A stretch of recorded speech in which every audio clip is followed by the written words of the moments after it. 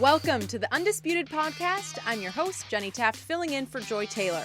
On today's show, should the Cavs be concerned after Wednesday night's blowout loss to the Celtics? Plus, why the Rams should be wary of the Falcons this weekend. And which quarterback prospect has a brighter NFL future, Sam Darnold or Josh Rosen? Skip, Shannon, let's get to it.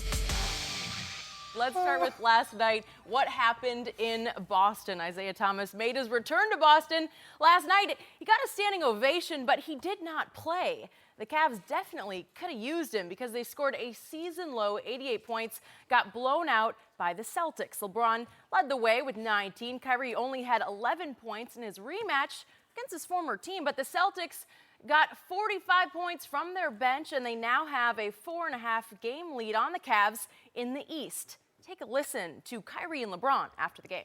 They played at a high level tonight, and they've been playing extremely well at home, and on the road at times as well. So, they gave us a good one tonight. But I don't know who we are or what we can be until we get IT back, and consistently. We haven't played as well as of late, so we're trying to figure that out as well. So, we'll be fine though. Is Boston a different kind of threat this year than they were in past years? I think they were a threat last year. The injury affected them a lot. Playing at the highest level, being in the NBA, when you get an opportunity to play against the best, you want to take advantage of that opportunity. Obviously, they don't have all their guys, and, for us, we're just getting back into what we're trying to do and what we're trying to accomplish as a team in terms of figuring out lineups and stuff like that. So I'm pretty sure we'll probably have a better sense of both teams on February 11th. Well, Shannon, what happened to the Cavs last night? They're the oldest starting lineup, oldest team, and it looked like they were tired. And this is what happened, an old team playing back-to-back. Also what happened, Skip, Kevin Love, Jay Crowder, Dwayne Wade, and Jeff Green was 8 of 44, 0 from 12 from the three-point line. They lost by 14 points. That's what happened. You know it, I know it. And wait, have I spoken yet? I don't know. I'm saying don't you put know. words in my I'm mouth. not asking you to speak. Yeah. I'm saying you know it because I just know in you general, know. You Yes, don't you. say yous and me. You. Thank you. Y-E-W. Yeah. You. Yeah. Anyway, for the first time, Skip, LeBron James looked tired. He looked tired in the second half. He shot 7 of 9 in the first half. He got whatever he wanted going to the basket. He made one pull-up, but he drove on Smart. He drove on Morris. He drove on Jaylen Brown. There's no one can stop LeBron, but he just didn't have any legs. And what we're seeing, if you look at the last 4 ball games in the second half, he's shooting 30%. The minutes are starting to catch up. And so I think when Isaiah gets back, he will reduce some of the scoring load, some of the workload that LeBron has to do. And these minutes, LeBron played 21 minutes in the first half. He played a game-high 32 minutes between both teams. He played the most minutes in the game last night. LeBron needs to be somewhere around 17 minutes, 18 minutes max in the first half, and maybe play, 15 to 16. I think Ty Lue's going to have to taper back some of these minutes. Now, the good thing about the playoffs is that they don't play back-to-backs. So I'm not worried about this. But this is an older ball club, and back-to-backs do them no favor. So with that being said, the Celtics played well. The Cavs did not shoot the ball well at all. I know Kevin Love tweaked his ankle, but he was playing bad before he tweaked his ankle. He was bricking shots from 3 feet away. Everybody was bricking shots, and a lot of them was coming up short, which tells me the legs are tired. So they don't play again until Saturday. They go on the road to Orlando. They haven't played well on the road the last week and a half. This is the first of a 5-game road trip, so they got another back-to-back in there. But they'll get better. They'll figure it out. They'll get the rotation set. They're trying to figure out what they're going to do, how they're going to play when Isaiah gets back. But this is what happens when you're an older ball club. You play back-to-back games against the 5th youngest ball club in terms of roster. This is what happens. You look bad. They look fresh. They rotated multiple times because you got 19-year-old Jason Tatum. You got a 21-year-old Jaylen Brown and Rozier. Kyrie, the oldest player on the team is Al Horford. Most of the guys are 25 and below. So take that with a grain of salt. You won the ball game. Take a tape parade, pull up a banner. We'll do whatever we want to do. But we'll see you down the road. We ain't worried about it. We'll see you down the road. Well, you're having to see me right now because now it's my turn. You picked the And Cavs last night, just making sure everybody knows Shannon that. Sharp. I did. Okay. I did because I thought LeBron was the best player on the planet. I thought he was the fittest player on the planet. Yeah. That's what I hear day after day after day. And day after day after day on this show, I have thrown up to you, and you have shrugged it off. Why is LeBron James playing the most minutes in the NBA in his 15th season in the NBA? Huh? He playing the fourth Nope, most he's minutes. just total minutes. He came into the game last night, number one, tied with Andrew Wiggins for number one in total minutes played in the NBA so far this basketball season. That is shockingly wrong. And I've brought it up multiple times to you, and you say, what's he do, all his fitness routines? You say he can do this. And I've told you he's just trying to pile up stats because that's the only way he's going to catch that ghost in Chicago, Michael Jeffrey Jordan, right? Hold on, the Michael Jeffrey Jordan. Now, LeBron James, I'm glad you brought that up. I sprung this trap on Jordan. Okay. I think the trap just sprung on you. Jenny. Wait, would you please deal with my question? Okay. Why is LeBron leading the league in minutes played to this moment? LeBron James in year 15 is playing 37.3 minutes per game. Jenny, did you know Michael Jordan in year 15 played 37 minutes per game?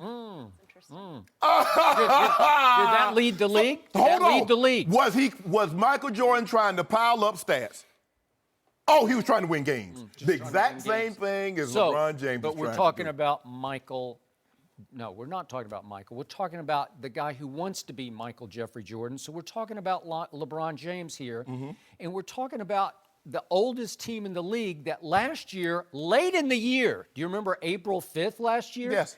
So on April 4th, at home against Orlando, they win convincingly. And then the next night, they have to go play back-to-back at Isaiah Thomas's Celtics. Right. And what happened in that game? How tired was LeBron in that game? They won.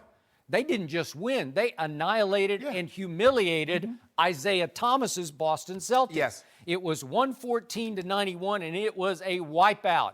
And I figured, coming off a big win, thanks to Isaiah as a Cavalier, I thought they'd just suck it right up. And LeBron, boy, in the first half, he looked locked into me. In fact, I watch every dribble of every LeBron game, and I thought in the first half last night, he was as good as he's been the whole year. Yeah. He played hard. He played smart. He played efficient basketball, and he made When does he not play hard?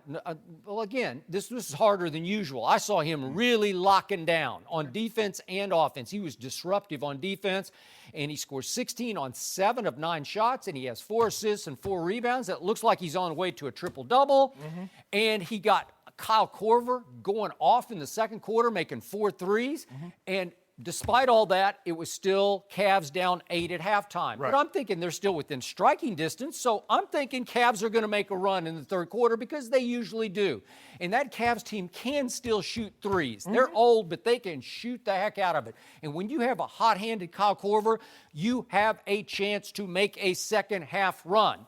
And the shock of the night to me was LeBron James comes out in the third quarter, not the fourth quarter, but in the third quarter, and I couldn't recognize him. Lifeless, listless, disengaged. And at the end of the quarter, he has 2 driving layups. The first one was kind of a hard shot, but he usually makes it, and it licked And the second one, he gets Ogilvy, the Boston rookie, just completely off his feet and backs him down, and he falls back on the baseline. And LeBron, if we could see this shot, he just got a point-blank bunny, and he blew it. And he just hung his head. Yes. And now that's when you know then you don't have it, Skip. That's with 25 seconds left in the third quarter. And so they go to the fourth quarter down 13. But I'm thinking with Kyle Korver, they're going to make a run. They're going to make this interesting because Kyrie's not hot either. He's not having a Kyrie night. He wound up with 11 points. Yeah. So again, was he needed? Not really, but I thought he was going to be needed in the fourth quarter when he is usually needed. And what happened? LeBron James sat himself down. He took himself out of the game. Not. He did. He doesn't normally start the fourth quarter. Skip, stop doing that. He played LeBron James does not normally start the fourth quarter. I've seen him start when games are close or they got to hang on. He starts the fourth quarter. I've seen him play entire fourth quarters. Skip. He Stop. played 0. He played 0. He should have played 0. 0. Are you kidding me? So I just want to make sure so we So can. wait, this is against your arch rival in the East. We your have no biggest threat. rivals. This is the biggest threat to you because that team can lock down on defense. The reason all those guys shot so poorly is they were Really? getting defended in ways Stop they it. don't Skip, usually Skip, get that was missing defended. wide open shots. Oh, please. This is the #1 ranked team in defense in all the NBA. I get it, Skip. You better wake up. You better recognize. I get it. First of all, the Cavs have no rivals because we play different people in the finals. I mean, in the Eastern Conference Finals every year. Okay, we played Toronto one year. We played Atlanta one year. We played the Celtics last year. That's not a rivalry. You better hope you get to the Eastern Conference Finals this year because they're going to be waiting for you. First of all, Celtics. and I need you to stop talking about Kyrie because I know when last night I watched when the Celtics needed a defensive stop late in the second half, they subbed in for Kyrie Irving. Why would they take Kyrie Irving out the ball game for defensive Why would they possession? need a defensive stop late in the second half? I'm saying the Celtics did. Yeah, they didn't need any stops. So it was over. why- LeBron wasn't even in the game. He's sitting watching. In the second quarter? I thought you said in the second half. In the second quarter. So why would they take Kyrie Irving? Why would they take the best defensive point guard out of the game to get a defensive stop? For much of the year, he's been a top 10 ranked defensive player, and he's now 28th overall. I'm asking you about last night. I don't know any. I don't remember that. I thought you watched every dribble of LeBron. I do, but I don't remember Kyrie getting subbed for unless he needed a blow. Why would he need a blow? It's only 25 seconds, Skip. Okay. He about to get 15-minute blow. Well, I don't know. I'd have to go back and look at it. Okay, how about this? Did they want to bring size in? I don't know. No. He's only 6'3". He's not 6'9" like LeBron. You just told me he's the reason why they went from 12th in defensive efficiency to number 1 was because they got rid of the 5'10" point guard ball hog who plays little to no defense named Isaiah Thomas, and now he's your issue. Okay, but you said because they got rid of him and they got Kyrie, so that was the change that they needed. I'm asking you, why would Brad Stevens sub Kyrie out if he's that defensive stopper? I don't know. You know exactly right. But does Kyrie lead the team in minutes? Yes, he does. No, okay, Skip. I think they've been #1 with Kyrie playing the biggest minutes. How do you explain that? Okay. How do you explain it? Let me get my point. You're lost. You can't explain it. Okay, how about this? Kyrie Irving had 11 points last night. They win by 13. 14, excuse me. If you don't mind me asking, what is the likelihood of the Cavs winning a ball game if LeBron James is the 4th leading scorer in a given night? Why did LeBron James go 1 for 6 in a third quarter of a game that was still sitting there winnable? You're down only 8 at halftime. And it sure looked to me like he quit on his team. Skip, and the that. message So I did got, Kyrie quit? the body language. No, he played into the fourth quarter. They didn't even need him last night. I mean, LeBron played 32 Wait. minutes. Go ahead. You're dodging the issue. Okay, what's the issue? The body language of LeBron James looked to me like it was saying, you know, you guys are all so sorry tonight. You don't deserve to have me in the fourth quarter. That's what it looked like to me. That's what it looked like. I'm sorry. That was pathetic. He goes 1 for 6 after the first half that he played.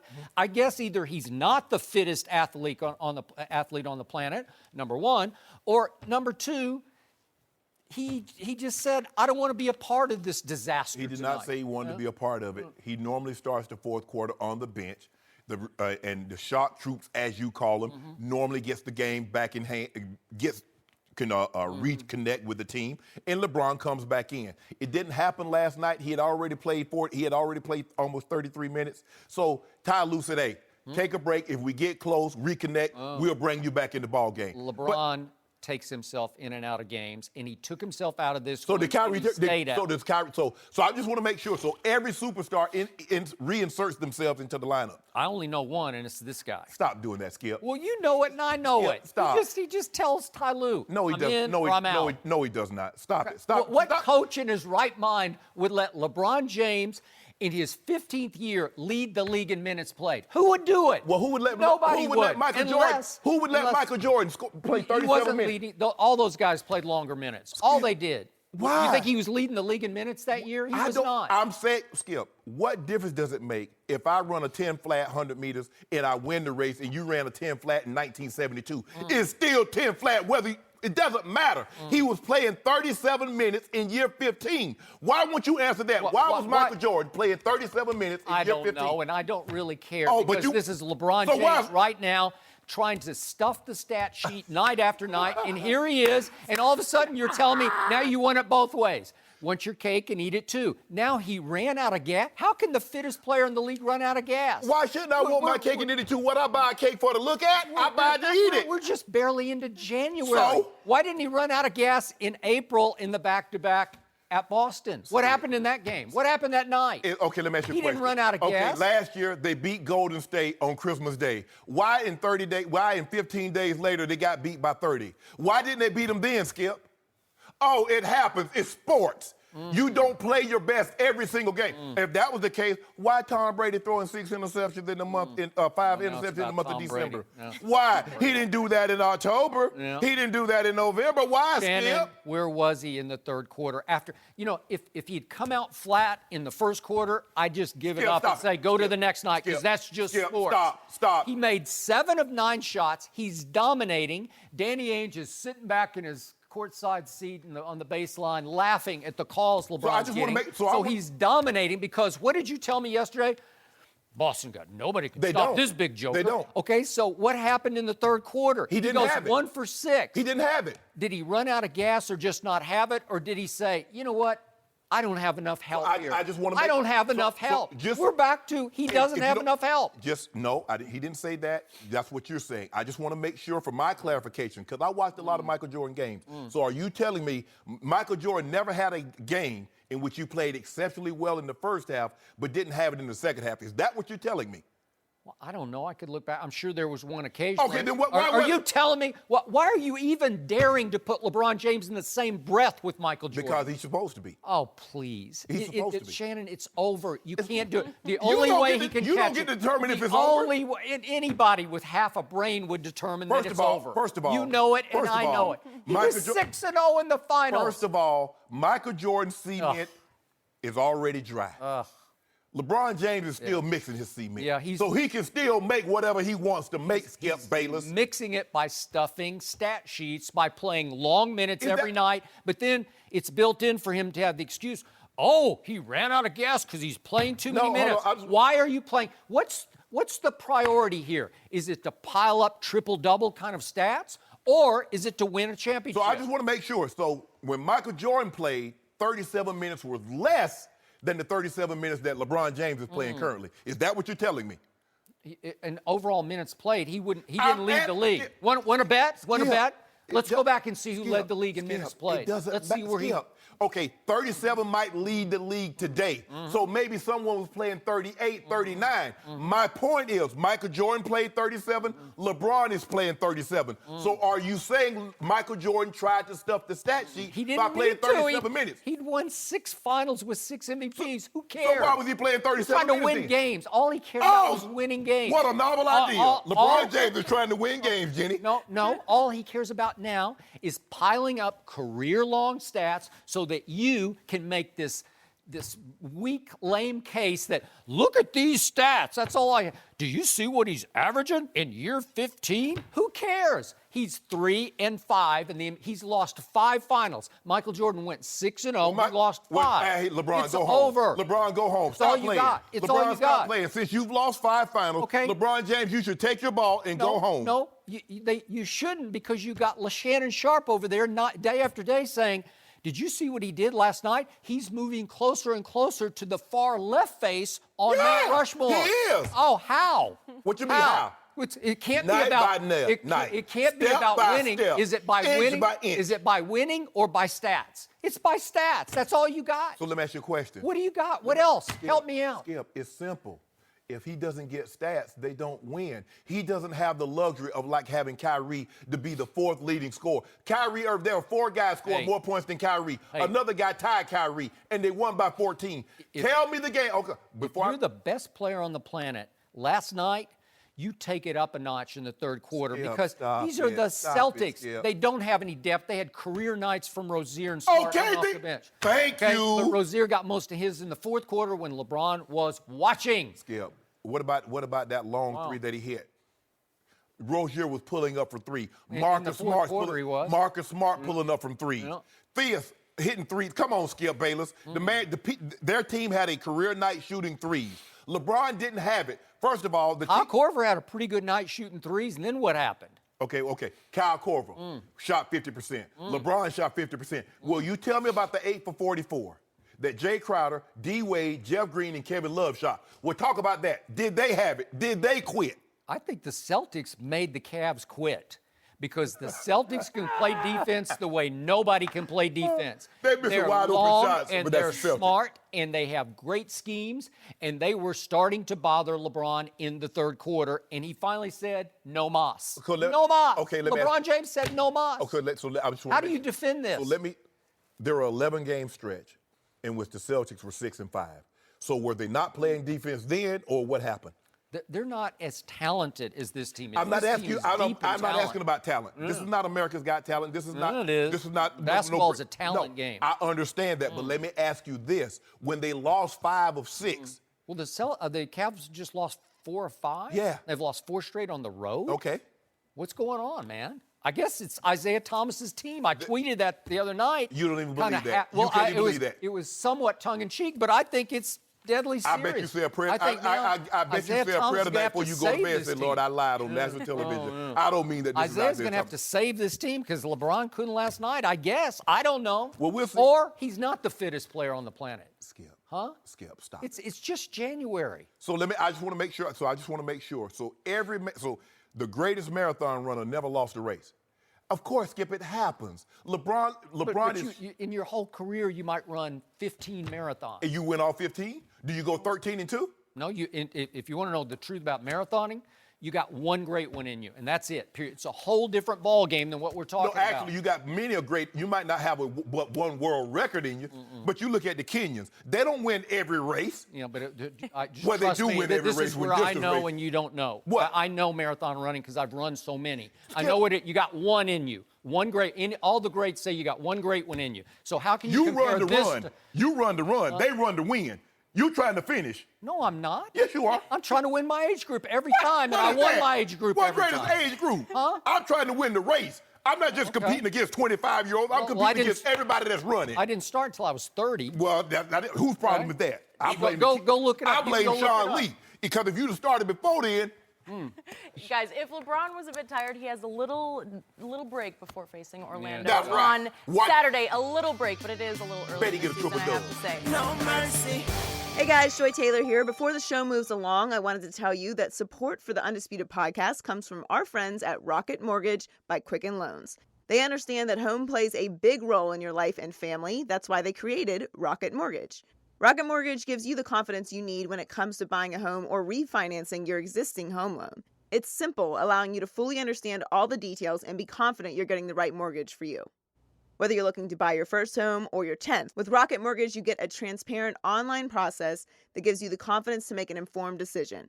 It's convenient. Our trusted partners allow you to share your financial information with Rocket Mortgage at the touch of a button. And in addition to getting a real mortgage approval in minutes, you can even adjust the rate and length of your loan in real time to make sure you're getting the right solution for you.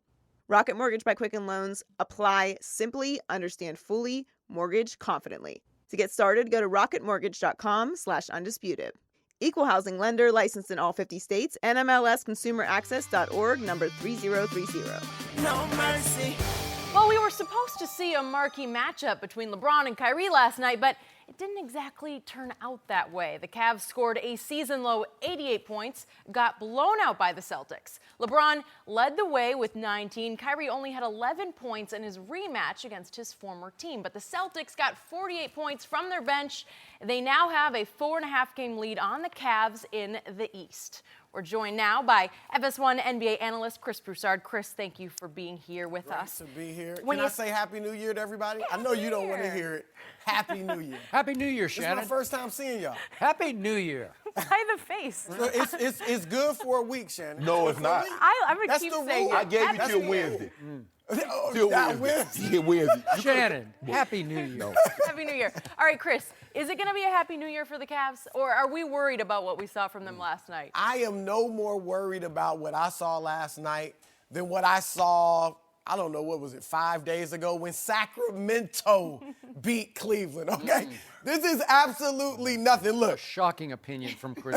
I thought you said he was objective. Skip, look, the Cavs are the oldest team in the league. Oldest. Second night of a back-to-back. Oh. And on top of that, it was an emotional, you got to give them that, it was an emotional first game against Portland because Isaiah Thomas is back. Sure. So they were not only physically drained, Those but I poor think Cavaliers. mentally and emotionally drained when they got to Boston. And look, obviously nobody showed up other than LeBron, you know, who really? didn't play the fourth quarter. He had 19 points. Outside of LeBron, the rest of the Cavs shot 31%. Kevin Love gave us 2 points. 1 for 11. Here's what I think is going on with the Cavs. We obviously know they started off poorly. I think LeBron got tired of all the Kyrie hype, and Boston obviously was playing great basketball, winning every night, that he picked it up. And obviously they went on to win 18 and 19. I think now Boston kind of, you know, they settled in and, you know, went 8 and 6 over a stretch, even under 500 for a nice stretch. And I think the Cavs have kind of relaxed and settled in. They've lost, 5 of 7. Last year, they went 7 and 8 in January. We know they played poorly over the second half of the season. The one thing I think could help them not go into a swoon is Isaiah Thomas coming back. Not just that he will play well, but that you understand, look, we have to play the way we're going to play in the playoffs to get him acclimated, to get him fitting in. And so that, you know, kind of project, if you will, could get them excited and stop them from being complacent. But I just think that that's all that this is. This is nothing at all to worry about. Cavs in 5 or 6 if they meet in the conference finals. Go ahead, Shannon. Just ready. This. Well, You know what I'm concerned? Shannon, Happy New Year to you. Happy New Year. I'm concerned if you tell me Kevin Love, Jay Crowder, Wade, and Green going to shoot 8 for 44 again, you going to tell me that? They're going to do that, Skip, again? They're going to go 0 for 12 from 3. Is LeBron going to go 1 for 6 in the third quarter again? I just asking. Skip, don't do that. And is Terry Rozier going to drop 20? Yeah. No, he will not. Okay. Because this was an odd game overall. I mean, Kyrie had 11. Yeah. But they So, won by 14. Let me ask you a question. We've seen every team win. Now, we saw the Houston Rockets play without James Harden. They won. We saw the Celtics play without Kyrie. They won. We saw the Warriors play without KD, win. Play without Steph, win. How many games do you think the Cavaliers could win without old King? Old King is old. He's old. Yeah. And here's the thing. I sprung this trap on Skip. He's talking about playing 37 minutes. LeBron James in year 15 is playing 37.3 minutes per game.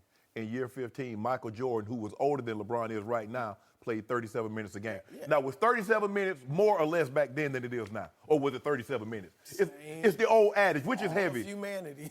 Jenny, if you don't mind me asking, Jenny, Yeah, I know you're good please. at math. Which is heavier, a ton of bricks or a ton of feathers? Oh! Say the bricks. Damn! Tell me when it's my There turn. is truth to, I mean. Tell me Karl when it's Malone- my Close. We're close. Close. Karl Malone played 37 minutes late in his career. Look, I don't think LeBron's minutes are going to go down with Isaiah. Because I think LeBron wants to play 37 minutes. If he didn't want to, he wouldn't be playing 37 minutes. needs You We know, got to win. Stuff that stat sheet. No, see, you see what I'm That's all saying? he's got.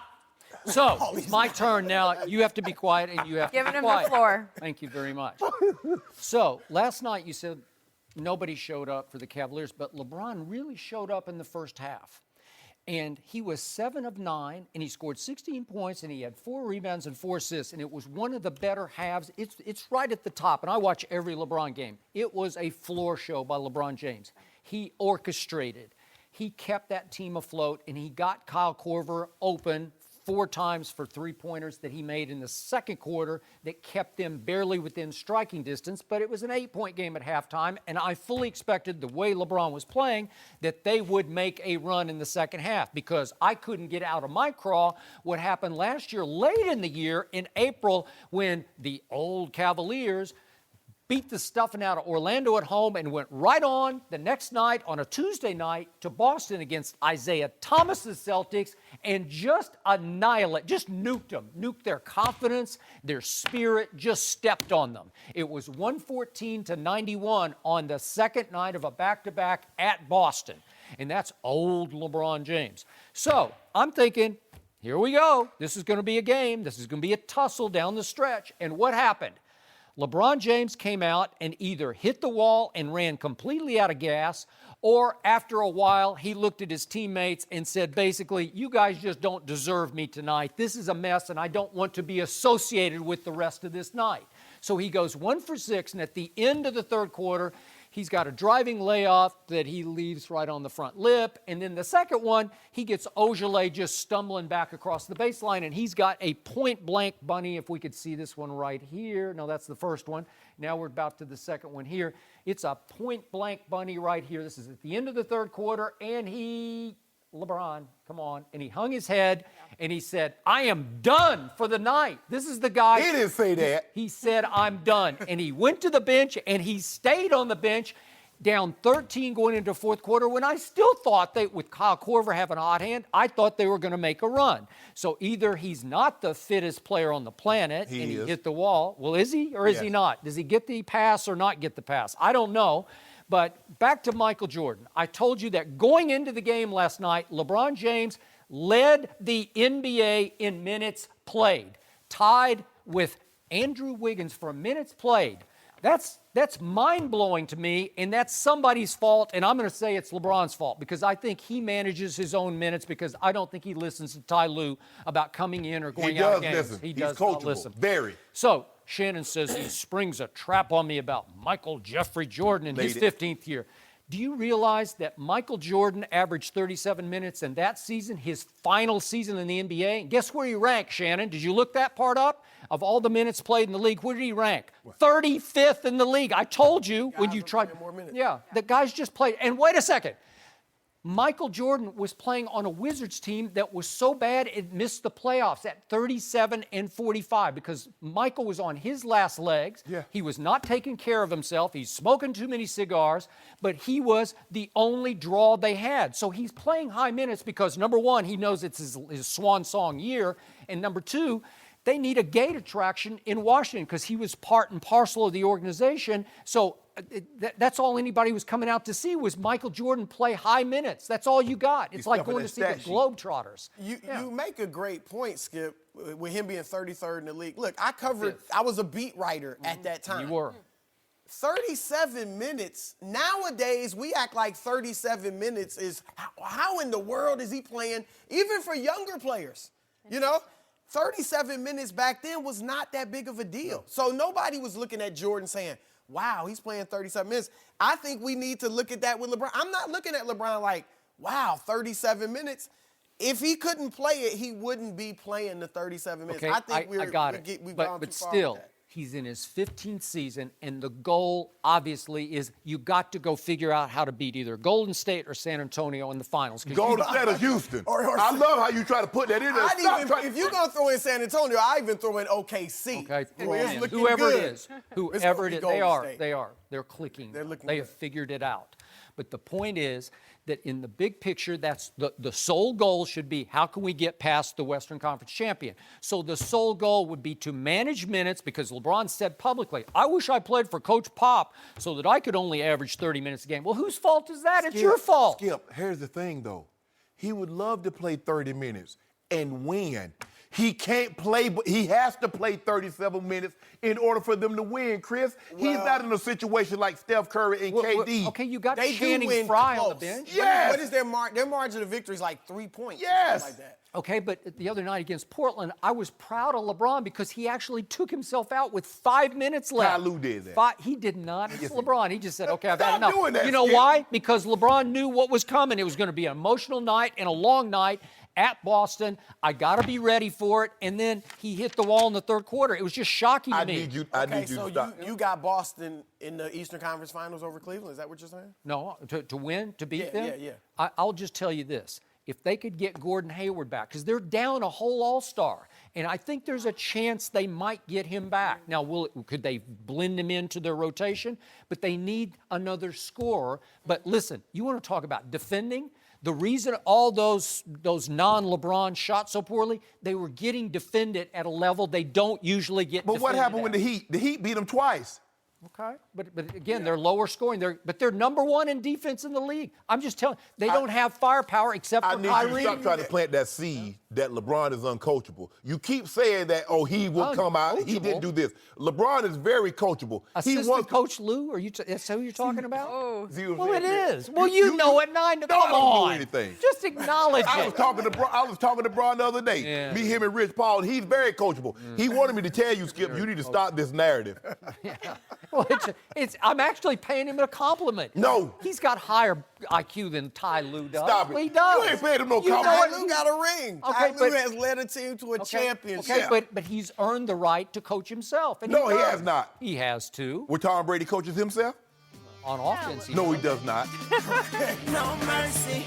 The Rams are a 6.5-point favorite at home against the Falcons on Saturday. We're joined now by FS1 NFL analyst Eric Dickerson. Eric, so here's the thing. Yesterday, Yes. these two guys, they seem to be leaning towards the Falcons, so I want you to tell them why they're wrong. Well, first of all, can I get a congratulations today, Skip? I mean, For what? You a You sportsman. survived your New Year's Eve. No, that was good, but I can't get a congratulations. I mean, you should know won this. the division. He should know this. He upset. It's been 32 years today. I put 248 on your Cowboys. Today was the today day? is today. Today is today. I would shake your hand Thank for that. you. I was 32 there. years today. I witnessed it, and it was devastating. Oh, I love that. Well, anyway, let me tell you why I think the Rams should win this football Okay. game. First of all, they're a better football team. We have the best running back in the National Football League. Our quarterback is playing phenomenal.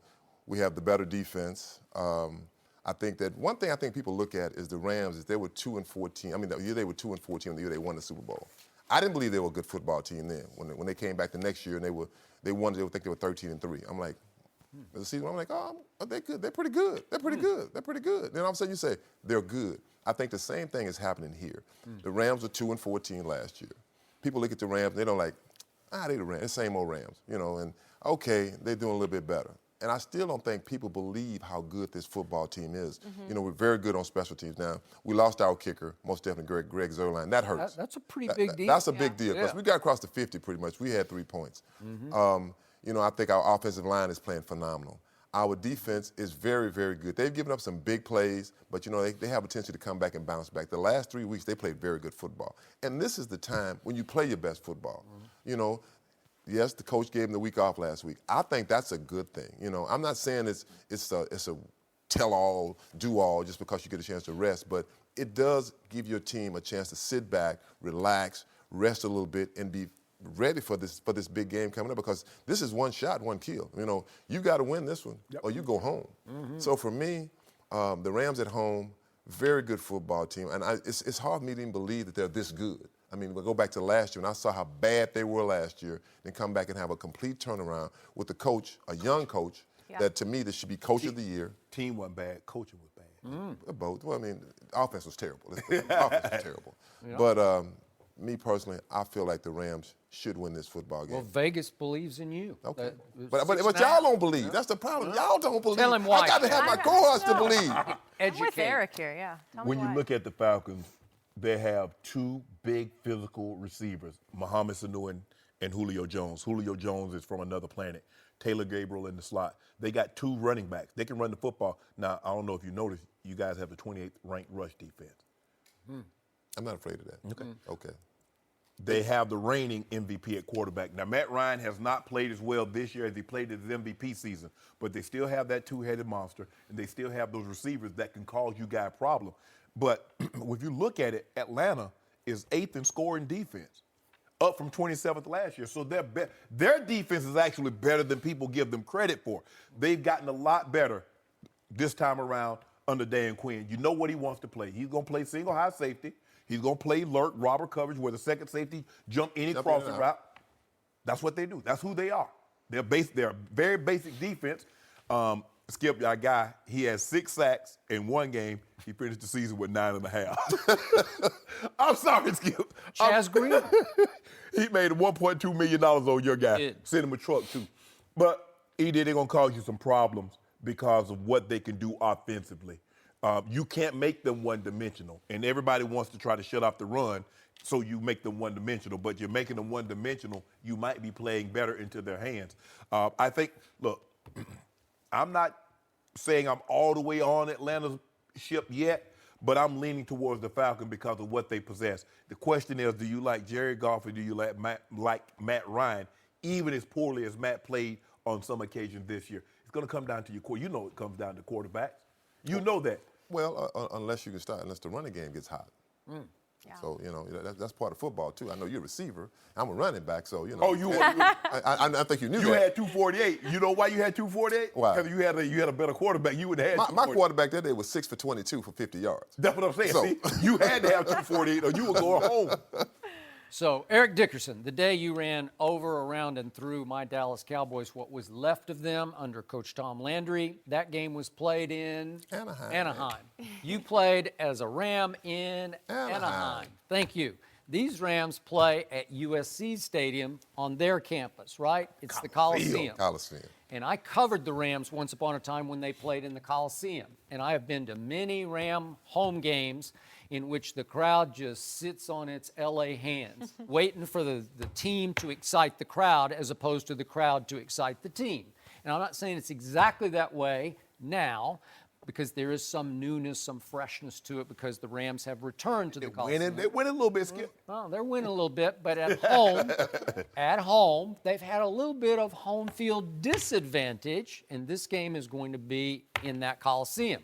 So they got lit up by Kirk Cousins at home in the Coliseum, and they lost to rival Seattle at home in the Coliseum. 5 turnovers. Yeah, and they lost to the Eagles, and they even let Nick Foles finish them off in the Coliseum. And then they lost again to the 49ers, but I'm not going to count that because they mailed that one in at the end of the year. And the teams they beat at home to go 4-4 featured Scott Tolzien at quarterback and Tom Savage at quarterback and Drew Stanton at quarterback. And so they had one impressive home game. They held off Drew Brees and the New Orleans Saints, 26-20. So I'm not sure you've been a dominating football team at home. And here comes the reigning MVP who has struggled all year, but he's been here and done all this. And your guys have not done any of this. This is all new to them. And it's, as you said, one shot or bust. And Atlanta knows how to pull this off. They know how to prep for this game. And I think they're underrated because I don't know anybody who has any more weapons than you just detailed. And that defense, Deion Jones had a coming out party this year. He is serious business. He should have made the Pro Bowl. He didn't make the Pro Bowl. But their defense is starting to fly around like it did. Who you going to make the Pro Bowl in front of a middle backer? Kuechly or Bobby Wagner? Who you leaving out? Because I think he first alternate. I know who he is in front of. Yeah. Sean Lee. Sean Lee? Yeah. No, stop. Well, he's the best middle linebacker in pro football, and it got proven this year. No, he's not. Well, it got proven. No, it did not. I mean, when he came back, they became like a top 5 defense. Alec Ogletree better than he is. Oh, please, stop. I'll take that. So I think I just made the case why I'm more than leaning toward Atlanta. I'm going to pick Atlanta to upset, quote unquote, the Los Angeles Rams. I'm disappointed in you, Skip. Well, I'm just telling you the truth. First Did I of not all, make a I'm strong gonna say this. case? The Falcons are the Falcons. Now, let's don't get this. I always say they're the Falcons. I always call them the Falcons. You know, when they went to the Super Bowl, when I left the game at halftime, people are like, oh, this game's over. I said, they are the Atlanta Falcons now. It's a different game. Why you put bad mouth on them? I just ain't got no faith in the Falcons. I'll say this. You talk about Matt Ryan. Matt Ryan is a good quarterback. I mean, I don't think he's a great quarterback. Matt Ryan is like most quarterbacks. When you hit him enough, that's true. He gets really rattled. Not I just would rattled, agree. he gets really, really rattled.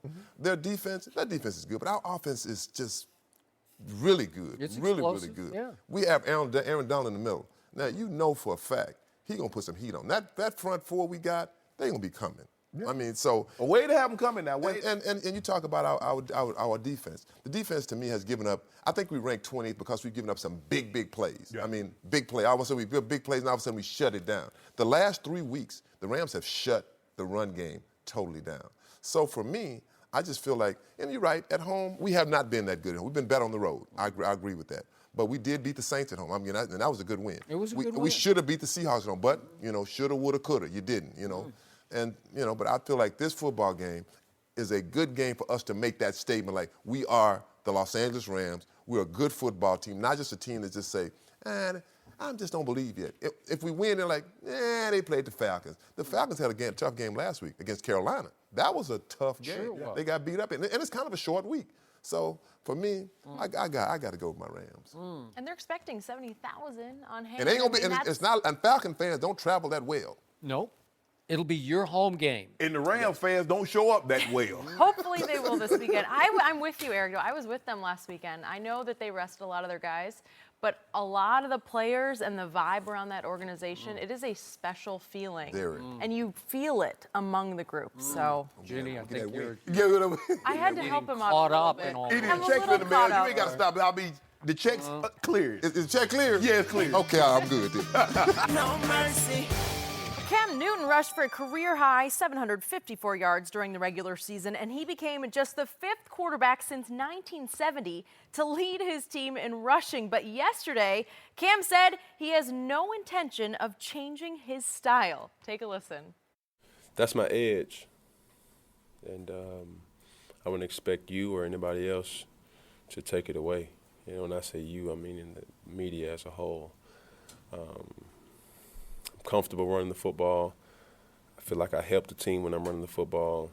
And as long as I'm playing this game, I will run the football. Well, he says it's his edge. But Shannon, is it a good or bad idea for Cam to keep running so much? Him running the football, that's a good idea, Skip. Running the football is one of Cam Newton's best assets. The bad idea is when he's fighting for extra yardage and taking unnecessary hits.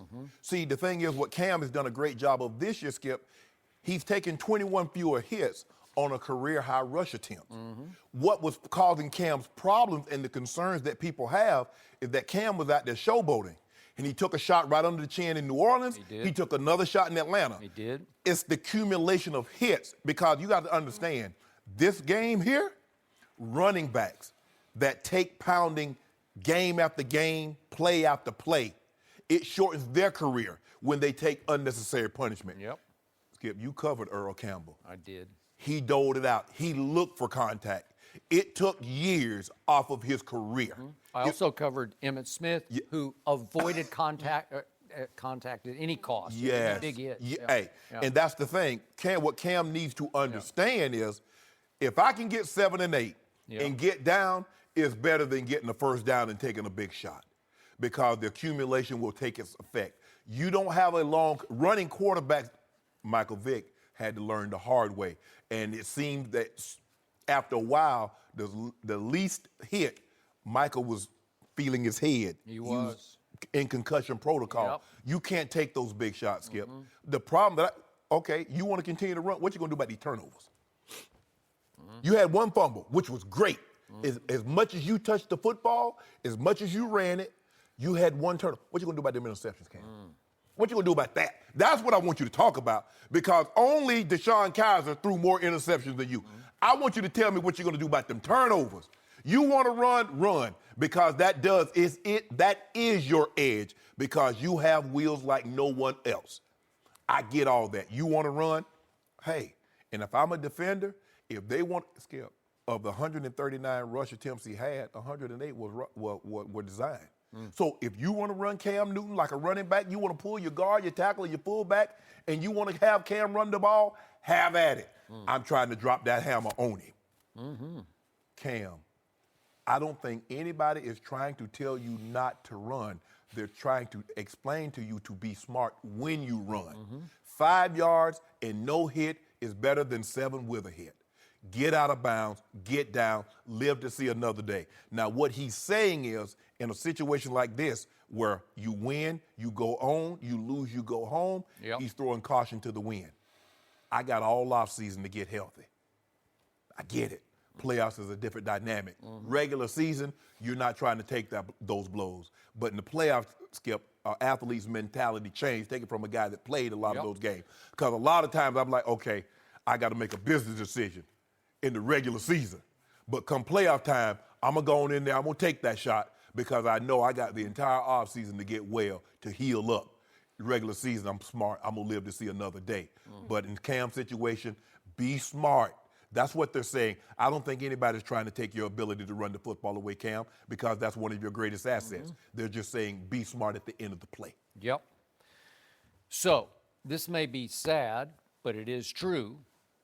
The Panthers' offense, to me, is Cam or bust. Yeah. And I'm with you.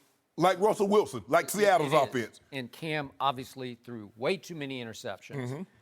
But I give him a little break, just a little one, because his best target at the wideout is Devin Funchess. It's like, that's it? Who had more yards? He had more yards than Dez Bryant. Yeah. Well, he did. Well, Dez Bryant's a disaster. I mean, I don't even recognize. He's a shadow of himself. He's going to be back next year. No, I don't think he's going to be back. But we'll see about that. But the point is, it's throw it to Funchess or run it, because he's the leading rusher for the Panthers. It's the quarterback. Yes. And again, I'm saying I like Christian McCaffrey personally, and yet he wasn't the dynamic player that I think they thought he was going to be. I thought he was a little overrated and a whole lot overhyped, and he caught a lot of balls for little yards, and Funchess led them in yards per catch at 13.3. But in the end, they're going to go as he goes running the football. Yeah. Really, because especially in a playoff game, and especially against New Orleans, if you look back, their worst loss of the year was at home to New Orleans, and he only rushed 3 times for 16 yards. And then his 4th lowest rushing total was at New Orleans, 6 for 51, which is still by most quarterback standards. That's a great day. Pretty good, yeah, okay. But it's not good enough to win a game. They lost 31-21.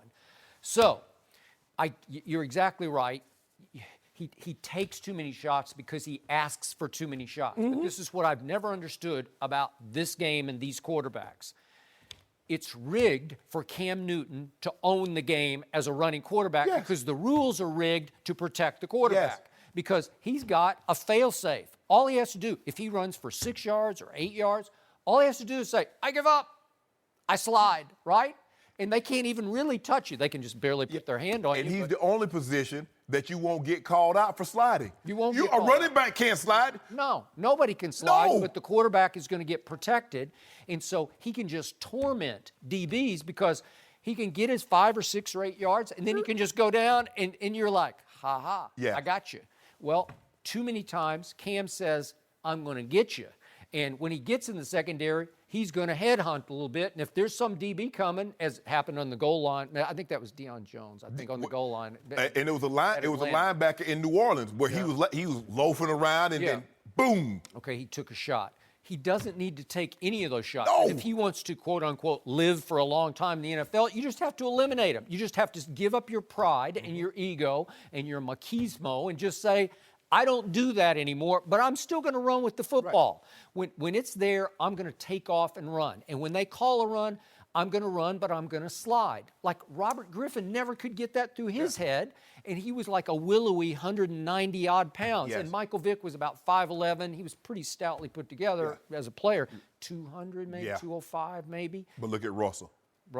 And you remember opening day last year, Skip, when he played in Denver, the shots that Cam Newton took. That's when everybody was starting to get. That was a hellacious shot. They started head hunting because he wouldn't go down. Yep. And it's like, okay, you're not going to go down. They're going to call runs for you. Are you blaming me or are you blaming your OC for putting Cam in harm's way? Because 108 designed runs, Skip, those are not scrambles. Think about it. 31 of scrambles and 108 design runs. So what do we say Cam goes? 6'5", 240-ish? Yeah, he slimmed down, so yeah. Somewhere in there? Yeah, he's 235, 240, 240, but he's a big man. And he has shown he can withstand most of this kind of punishment, right? He's not constantly nicked and nacked, like he seems to be able to play through most of this. But over time, because they say the running backs have a short lifespan in the NFL, that if you're a running back / quarterback, you're going to shorten your life, right? But again, if he just gets smarter, And again, I wish they would surround him with, they traded Kelvin Benjamin. He was sort of the second best threat. And then Greg Olsen got hurt. He's a shell of himself now. Yeah, I think he'll bounce back. You would hope so. Skip, it's hard to come back during the season from an injury. Yep. But I tell you what, Skip, you give me a sharp axe and let me go to one of these forests out here, I guarantee you I can take down a redwood. It might take me a while, but I'll bring it down. Cam Newton, it might not happen today in this game, but you keep running and take enough hits. It'll bring you down. Yeah.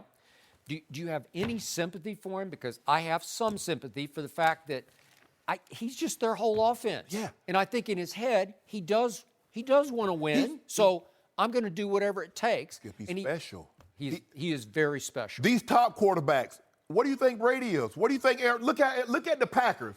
They firing everybody because their quarterback missed 8 weeks. The general manager's gone. The defensive coordinator's gone. The offensive coordinator, everybody's gone. It's quarterback scheme. Yes. Okay. So, no, I don't feel sorry for him. All I'm saying, Cam, is that do you run the ball, but don't take those shots. Get 7 yards, get down, leave the first down and the shot away. That's all we say. Get out of bounds. Live this. My coach, Les Steckel, who's my position coach, said, son, Shannon, you got to know when the journey's over. That's true. Because, hey, you get a guy skilled, what are they doing? Hold him up. Let's try to put as many hats as we can on him. So, in his MVP season 2015, Cam did get to lean occasionally on a defense that I'm not sure it was the best defense, but it was right there with the Broncos. They it took was the 1-2, ball away. Right? They took the ball away like crazy. Now they don't take the ball away, and they've slipped about 8th in the league. Right. So they're a top 10 defense, but you can't lean on this defense to save you or keep you afloat. Right. So I think Cam goes into games now thinking, man, I gotta be Superman. This is also a different defense, Skip. You had Josh Norman, that's who a burst big onto a loss. seat. Yeah. But I hold agree. on. You had Coney Ely, who was budgeting. You had was. Charles Johnson. You had guys that could. Now, these guys are a couple of years older. Coney Ely is no longer there. Josh Norman is no longer there. So this is an entirely different defense. Yeah. With the exception, now, you still got those stalwarts, Davis and Kuechly in the middle, but they're different now. They're not the same team as they were in 2015. Okay. So when they went to Foxborough and he outdueled Tom Brady, he's going to have to be really special. Because he's going to have to max out. Right. Throwing and running. And he's not the greatest thrower. He's going to be a little inconsistent with his accuracy because he's a back foot thrower. Correct. And you know and I know the ball's going to sail. Correct. Okay. So they're going to go to New Orleans, and when he steps on that field, he's going to be thinking, it's just about me. I got to do this. And I don't think he's good enough to beat that team on that turf in a playoff game. Yeah, because they're two-dimensional now. Yep. They're not just Drew Brees. Yep. They can run it with Kamara and Ingram. And then, because we're thinking about now, Drew Brees is like secondary. I mean, you mentioned the running game first, and then you mentioned Drew Brees. And their defense plays fast. Especially in that building. It's got some flaws in it. You can get it occasionally, Right. but they fly at you. Yes. And he's going to have a long, tough game. No mercy. UCLA's Josh Rosen and USC's Sam Darnold both announced yesterday they are entering the NFL draft. Rosen and Darnold both threw 26 touchdown passes last season and both threw double-digit interceptions. Rosen is the #1 quarterback right now, according to ESPN's Mel Kiper Jr. and Todd McShay, while Darnold is rated 2nd. Shannon, how do you rank the quarterback class? Skip, I like Rosen a little better than I like Darnold. Darnold turns the ball over a little bit too much for my liking. And normally, whatever traits the quarterback has in college, he brings them with him to the NFL. Jameis Winston threw 18 interceptions his last year at Florida State. Jameis Winston turns the ball over too much. Now, that's what's inhibiting him from taking that next step. Yep. Peyton Manning was a gym rat, studied tape. He just didn't start studying once he got to Indy, Skip. He always had that. So whatever the traits are, think about this. Sam Darnold had 22 turnovers this year, 13 INTs, 9 fumbles. Skip, if you can't hold on to the ball in California, how the hell are you going to hold on to it in Cleveland? You play in Pittsburgh. You play in Baltimore. Okay, you go to the Giants. You play in New York. You know what the wind's like. Yep. You play in Philly. You play in Washington. If you can't hold on to the ball in Southern California, how in the hell are you going to hold on to the ball when it's windy and 20 degrees? Yep. That would concern me. I thought Rosen, when they played head-to-head, although UCLA lost, I thought Rosen outplayed Darnold. Darnold has way more talent surrounding him than Josh Rosen. I believe they will look at that also. Now, we're hearing whispers now that this kid up in Wyoming, Allen, they like him a lot. Now, I like him because he played in Wyoming, and the weather is not really good in Wyoming. So if you can throw the football in that weather, there's a good chance you can throw the ball in wherever you possibly go, especially early on. You look at Cleveland has the high pick, Giants. Well, Cleveland has the first pick, Giants has the second pick. Even the Broncos at 5. But I believe the Broncos are going to go in the free agent market. But so, and I know you like Baker Mayfield. All the three guys, the three top guys, Skip, they're prototypical. 6'4", 230, 240. That's what you look for. Nice arms. But, Skip, I got Rosen slightly over Darnold. Darnold turns the ball over a little bit too much for my liking, and that would concern me, especially with the fumbles, the way he fumbled the ball in Southern California. That would definitely be a problem in Cleveland. They play in Pitt. So you got 8 home games. Yep. You also go to Pittsburgh. You also go to Baltimore. Same thing with the Giants. So that would concern me. So I would lean a little bit towards Rosen. But looks like Allen is gaining steam. So early this year, I told you I was completely sold on Sam Darnold as the number 1 overall pick. I am less so now after all I have seen and seen and seen from him because it's all wrong. And yet, as I look at the other 4 candidates, and I include Baker Mayfield as a first-round pick, the truth is I'm not sold on any of the 4. And usually I am. Usually I'm gung-ho for somebody. You're not sold on him, or you're not sold on him with the number 1 overall pick? Anywhere. Just not sold, period. And I'll start with the guy that you're leaning toward, Josh Rosen. I watched him a lot. I'm not sure. I see all the prototypical ability and the pocket passing and the size and all that, but I don't know about his mental toughness. I don't know about his desire. I don't know about his will. I don't know if he really, really cares about winning football games the way you have to if you're going to be the number 1 overall pick or even the number 2 overall pick to the Giants. Yeah. Is he that guy? Is he going to be too distracted by other things? He's always falling into this controversy and that controversy. And I was told, even though we had his head coach on here, that he fought with his head coach, that didn't love his head coach at UCLA. And I don't know. The intangibles would scare me to death on Josh Rosen, which brings me to Sam Darnold. I believe that Sam Darnold wants to win too badly, and he's not sure how to channel it into poised playmaking. He's constantly trying to live up this year to what he did the year before, especially in the Rose Bowl, which was a classic. Okay. And I saw him again and again try things. He got away with it in overtime against Texas. He was great late against Texas, but Texas is just a mediocre football team. But to your point, once you get to Ohio State in the bowl game, he lost it twice. He fumbled it twice and threw a terrible interception. And it's just like, what are you doing? Well, he's trying to do too much. I got to live up. I got to be that guy. And he goes to the sideline. You can just see him fretting and just like tearing himself apart. I don't love that. I don't know if I trust his confidence in himself under fire. Which brings me to Josh Allen. I watched 2 games because they were playing pretty good teams. I watched him at Iowa. And remember, his Wyoming team wasn't very good. But I watched him at Iowa and I watched him at Boise State. And he really struggled in both games. He's prototype. He's 6'5", 240-ish. He might be the next Carson Wentz because he's got a cannon. And he can move now. He can run around a little bit. But his coach is Carson Wentz's former coach. Okay, all right. So did I ever sit back one time during the Iowa or the Boise games and say, wow, not once? I'm not sure. I don't know. And it may be the Carson Wentz syndrome because Carson Wentz has obviously been very good. Yes. Maybe people are saying, well, here's another one. I don't know. I'm not sure. Now, his team around him doesn't make him look much better. But he threw 2 interceptions at Iowa and 2 at Boise. I saw some glimpses of the bowl game against Central Michigan. He threw for low yards, 154 yards, but he threw 3 touchdowns and no interceptions. I don't know. I wouldn't bet the ranch on him, which brings me to my guy, Baker Mayfield.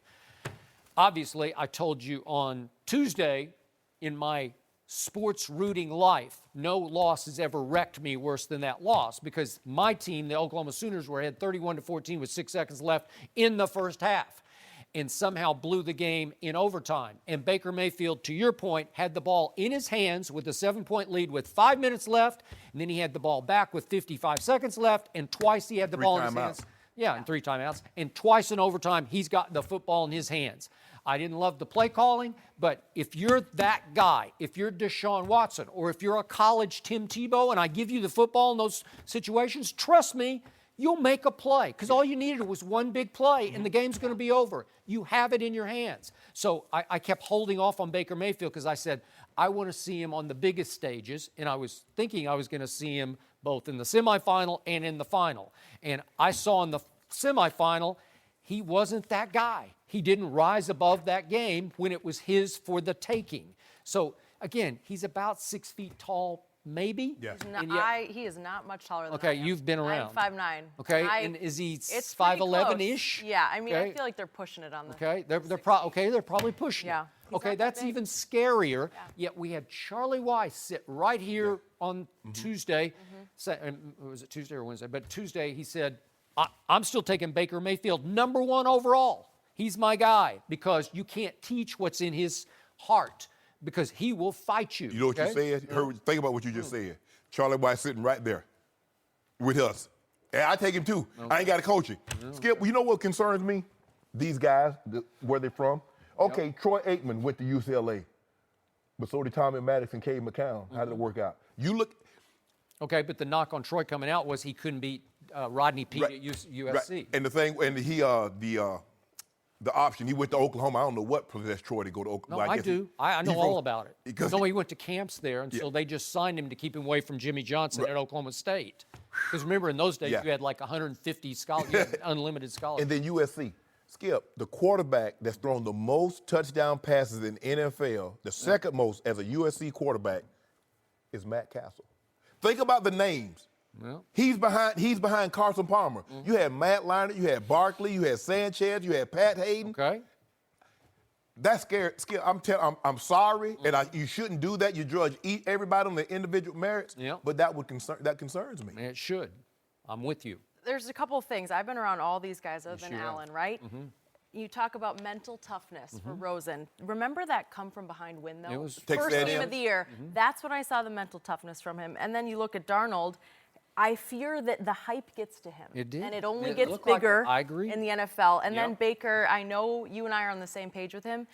His confidence is like no player I have ever seen in my life. And for whatever reason, I think it will take him to the next level. Okay. And I have to say I'm going to be sad when college football is over because it has been such a fun year. Can I ask you a question, though, Skip? Looking at Darnold, was it ever going to get better than that Rose Bowl against Penn State? Maybe not. So that's because that's the bar. That's what everybody's looking at. Yeah. So he could never replicate that, Skip, after what he did. Trust me, he was great late against Texas, but it was Texas. Texas. But he really lit him up, man. I mean, before Georgia came back from 17, the biggest comeback in Rose Bowl history was the 15 led by Darnold. Yeah. So that's what we're looking at. No mercy. Thanks for listening to the Undisputed Podcast. I'm Jenny Taft, in for Joy Taylor. Join us again at the same time tomorrow morning, 9:30 Eastern. We'll see you then. Fox Sports 1 of 1.